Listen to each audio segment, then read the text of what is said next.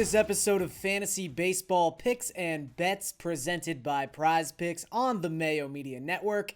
I am Garion Thorne, and we are breaking down everything you need to know for Tuesday, June 15th, and the huge evening of baseball we have ahead of us. We're going to talk everything about the DraftKings 15-game featured slate. We're going to get into some best bets on the DraftKings Sportsbook. But before any of that, you know how we do it. We're going to Prize Picks. Head on over to prizepicks.com.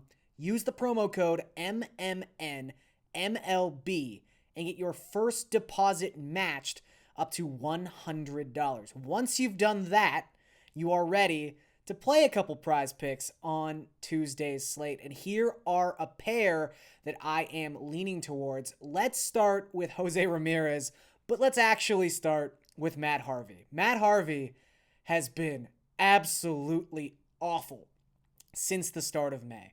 He wasn't really great in April, if I'm being honest, but he was all right. And some people thought, okay, maybe Matt Harvey can be like a fifth starter. Maybe he can hang around and be fine.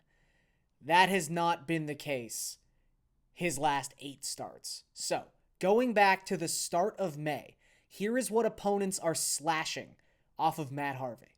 This is everyone he's faced. 351, 405, 627. That is a 436 WOBA, and he's also allowed 2.5 opponent home runs per 9. That is ghastly. Those are some terrible numbers. So, essentially, everyone is the greatest hitter on earth. Everyone is Vladimir Guerrero Jr. against Matt Harvey since the beginning of May. Cleveland doesn't have a ton of offensive weapons that I like, but Jose Ramirez obviously is a very good player. The switch hitting element of his game could come into play when the bullpen inevitably comes in to clean up after Matt Harvey. Jose Ramirez's fantasy point prop on Tuesday is 8.5. It's a big number. I know that, but I think he's going to go over it. I just have no faith in Matt Harvey, and I haven't had faith in Baltimore's bullpen since about 2017. So I think Jose Ramirez can get over this number. I think he can do it pretty handily. The other guy I really like to go over his fantasy point prop on Prize Picks on Tuesday, Ke'Bryan Hayes. We haven't talked at all about Ke'Bryan Hayes. He's been hurt for most of the season. He's someone who really is like a small sample size darling. What he's been able to do at the major league level across 2020 and 2021 in almost no time has been majestic. He's been amazing.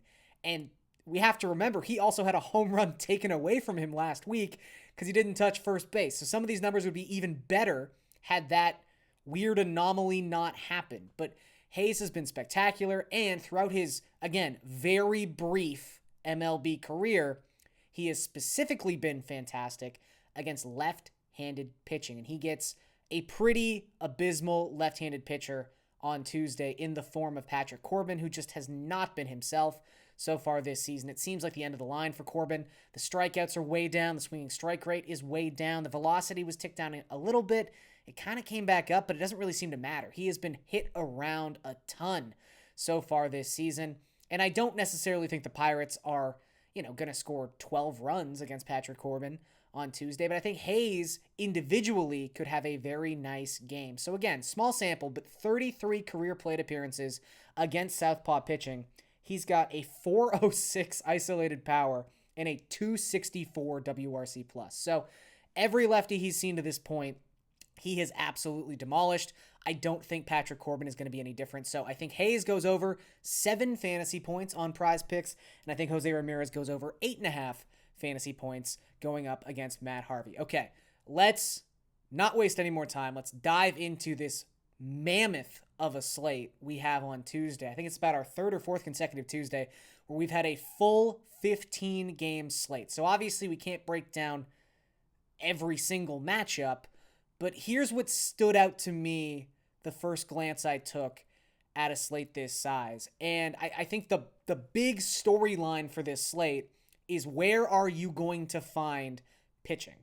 Because despite how many games are being played on Tuesday, there are just not that many good starting pitching options.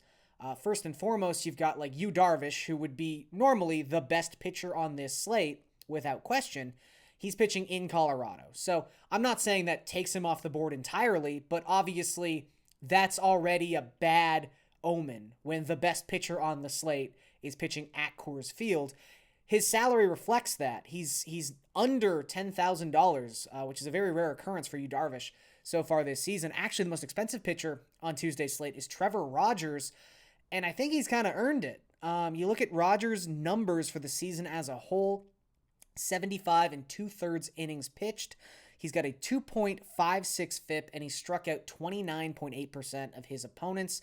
So right around that hyper elite 30% strikeout mark. He's also got really similar splits at home and on the road, which isn't always the most important thing in the world, but I do think that bears reference, and it's notable when it's a Miami Marlins pitcher, because sometimes we do see some crazy home splits when it comes to the Marlins. But I think the real selling point here for Rogers, who again, most expensive pitcher on the slate, it's hard sometimes to digest someone like Rogers now being the most expensive guy on a slate this big, but the Cardinals have not been hitting across the last 2 weeks. In fact, they've got a 281 WOBA coming into play on Monday in that span of time. That is the third lowest mark in all of baseball.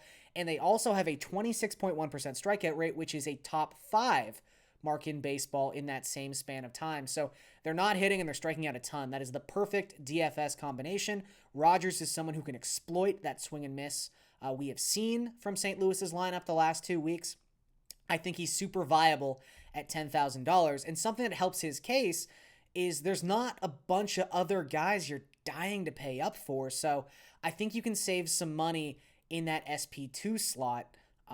Now, once you get past the $8,000 range and the $9,000 range and get into that $8K or less range, some of the names get weird. Like Alec Mills is starting for the Cubs. We don't really know how deep he's going to be able to work into that game. We've got some other like opening situations or some guys transitioning from the bullpen. So pitch counts are going to be a major factor when it comes to who is viable. We'll actually get into one of the most important names on the slate in that capacity in 1 second. But all those question marks make the stability of Casey Mize, I think, very, very valuable. Mize is just $7,100. He's been consistently around $7,000 about the past 2 or 3 weeks, which is interesting because his last 7 starts have been very good. He's got a 2.45 ERA in that span. His whip is just 0.86, and he's gone at least 6 innings in 5 of his last 7 starts. Obviously, win expectancy is never high when you're pitching for the Tigers. He has had some home run issues. He's not a big strikeout guy, though the strikeouts have been better his last 4 starts. And he's also someone who seems to have benefited a little bit from some BABIP luck. However, 2.45 ERA for a guy with a lot of pedigree, a guy who definitely has stuff and strikeout stuff. I just think I kind of trust Casey Mize at this point, and hovering around $7,000, that really sort of mitigates some of the red flags that would be there if he were, $8,700, $8,800, $9,000. So I do think Mize is viable in his matchup. Sammy Long is the other guy I really wanted to talk about and take a minute to single out as we talked about pitching. Sammy Long turned some heads last week in his appearance. It wasn't a start. His appearance against the Rangers. He faced 14 batters and struck out half of them. 50% strikeout rate, 7 strikeouts in his first major league appearance for the San Francisco Giants. He comes into this slate with a $6,200 salary, and he might have the best matchup of the day in the Arizona Diamondbacks. Now, it is worth remembering that the Diamondbacks, through the first 6 or 7 weeks of the season, were crushing left-handed pitching.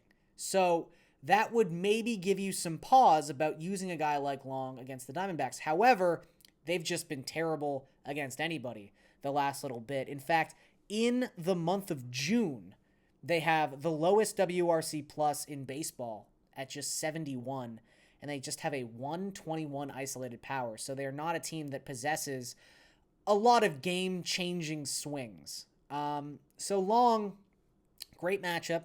seems like he has some pretty good strikeout stuff. He is a very new age pitcher in the sense that he is pitching primarily off his curveball. At least he did in that first appearance. A 42% usage rate on that curveball, 13% swinging strike rate overall. So it seems like the strikeout stuff was validated, and at least that first outing that we did see. We do know lefties have been able to do some pretty special things against the Rangers so far this season, so maybe let's not pump his tires too much. But I think Long is someone who's going to be popular on Tuesday. I think a lot of people just picked him up in season-long formats. And I think that sometimes that notoriety does really help a guy's ownership. I guess the thing you have to think about, the thing you have to balance with Long, is how deep can he work into this game? So I mentioned he only faced 14 batters his last appearance. He threw 69 pitches. So how deep is he going to work into this game? Maybe he goes 75? Maybe he pushes 80? Can he get through 5? Because if he can, I think he's going to be able to pay off his salary. Because again, just $6,200. So these are the kind of questions you have to ask yourself on a slate this big, but just with so little in the ways of high floor pitching options. So I do think Long is someone I'm probably going to have a little bit of exposure to, even though it is a little risky. Let's talk about some stacks. The nice thing is, usually when you don't have many great pitching options, you've got a ton of really nice stacks. So we can kind of avoid some of the obvious situations. Again, San Diego, I know they haven't been hitting lately, but San Diego and Colorado, very nice. We just talked about Cleveland going up against Matt Harvey. Like that's really nice too. There's a lot of places you can stack. Two teams, or one team in particular I wanted to single out, that they have a great matchup, but because they haven't hit very well, I think they might go a little overlooked on Tuesday's slate, and that's the Seattle Mariners, who draw Jay Happ. Happ has been terrible. Basically Matt Harvey, but left-handed since the beginning of May. He actually leads baseball among unqualified pitchers in barrels allowed per plate appearance. 9.1% of his opponent plate appearances end in a barrel. That is ugly stuff from the 38-year-old left-hander. One name to watch when it comes to stacking Seattle, you would obviously love it if Mitch Haniger was back in the lineup. He's day-to-day right now, didn't play on Monday, left the game on Sunday. If he's not in there, the sort of interesting dynamic that creates is Haniger was not only $5,200, the only player on the Mariners priced above $5K. He was the only player on the Mariners priced above $4K. You can get every other player in this lineup for $3,700 or less. So you can essentially stack the entire top of that order for nothing. You could have Tom Murphy, who's got great power numbers against lefties. Fraley, I know he's left-handed, but he's hit lefties pretty well in a small sample so far this season, hitting 5th primarily for the Mariners. J.P. Crawford has actually hit lefties really well, another left-handed hitter, but he's leading off regardless of pitcher-handedness since Kelenick's been sent down. So I think all those guys are viable. One name I did want to point out, though, Dylan Moore, who just came off the IL this weekend. He's $2,600. He's probably going to hit 5th or 6th in this lineup against the lefty. He's got a 212 isolated power and a 123 WRC plus against left-handed pitching so far this season. Also has multi-position eligibility, so he's really easy to fit into some lineups. So I don't know how popular Seattle's going to be, especially if Haniger isn't playing, but I do like them just with how much J Happ has been struggling recently.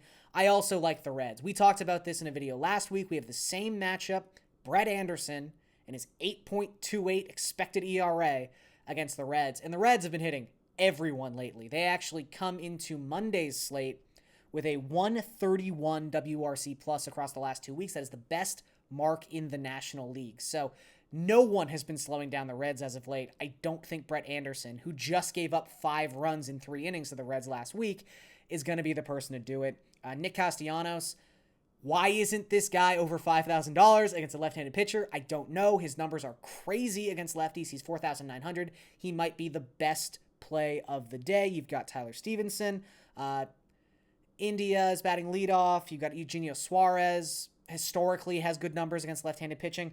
Again, though, the value play that I wanted to point out, Aristides Aquino is back. He is back from AAA. He is back in the majors, and he is hitting home runs as he always does in the majors. So you've got an opposite hand matchup for Aquino against Brett Anderson. Aquino is just $2,500. He's got so much pop. His ceiling is so high in this game. I like Aquino a lot. Again, another guy who can really help you spend up in some other areas if you're willing to put Aquino in as your outfielder on Tuesday. Okay, before we get out of here, let's finish things up with some best bets. And we are going to talk first about that same game. Let's take the Reds to go over 4.5 runs at plus money. It is plus 108 to go over their team total of 4.5. As I mentioned, Brett Anderson has been terrible, 8.28 expected ERA. He just gave up 5 runs to this team in 3 innings 5 days ago. I think Brett Anderson is going to get the Reds to this number. And the Reds have also gone over this number in 4 of their last 5 games, and it seems like they were well on their way to doing it again on Monday. That isn't official as of this filming, but it could be 5 of 6 by the time you're watching this. So again, they're a super hot offense right now. Lead the National League in WOBA and WRC plus across the last 14 days. I think the Reds at plus money to go over 4.5 is a really nice bet. And then let's talk about Texas and Houston, a game we haven't talked about at all to this point.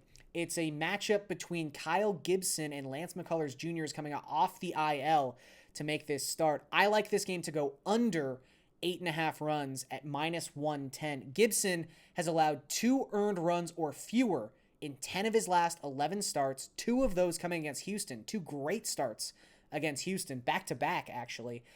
Texas also, across the last 14 days, last in the American League in both isolated power and WRC+. So I think Gibson does enough to shut down the Astros, and I think Texas doesn't do anything because they can't hit the ball right now. This game goes under 8.5, as 6 of the last 7 games the Astros have played where they've been favored have done. So all things point to the under here. I like the under a lot, and I like Cincinnati to go over 4.5 runs at plus money.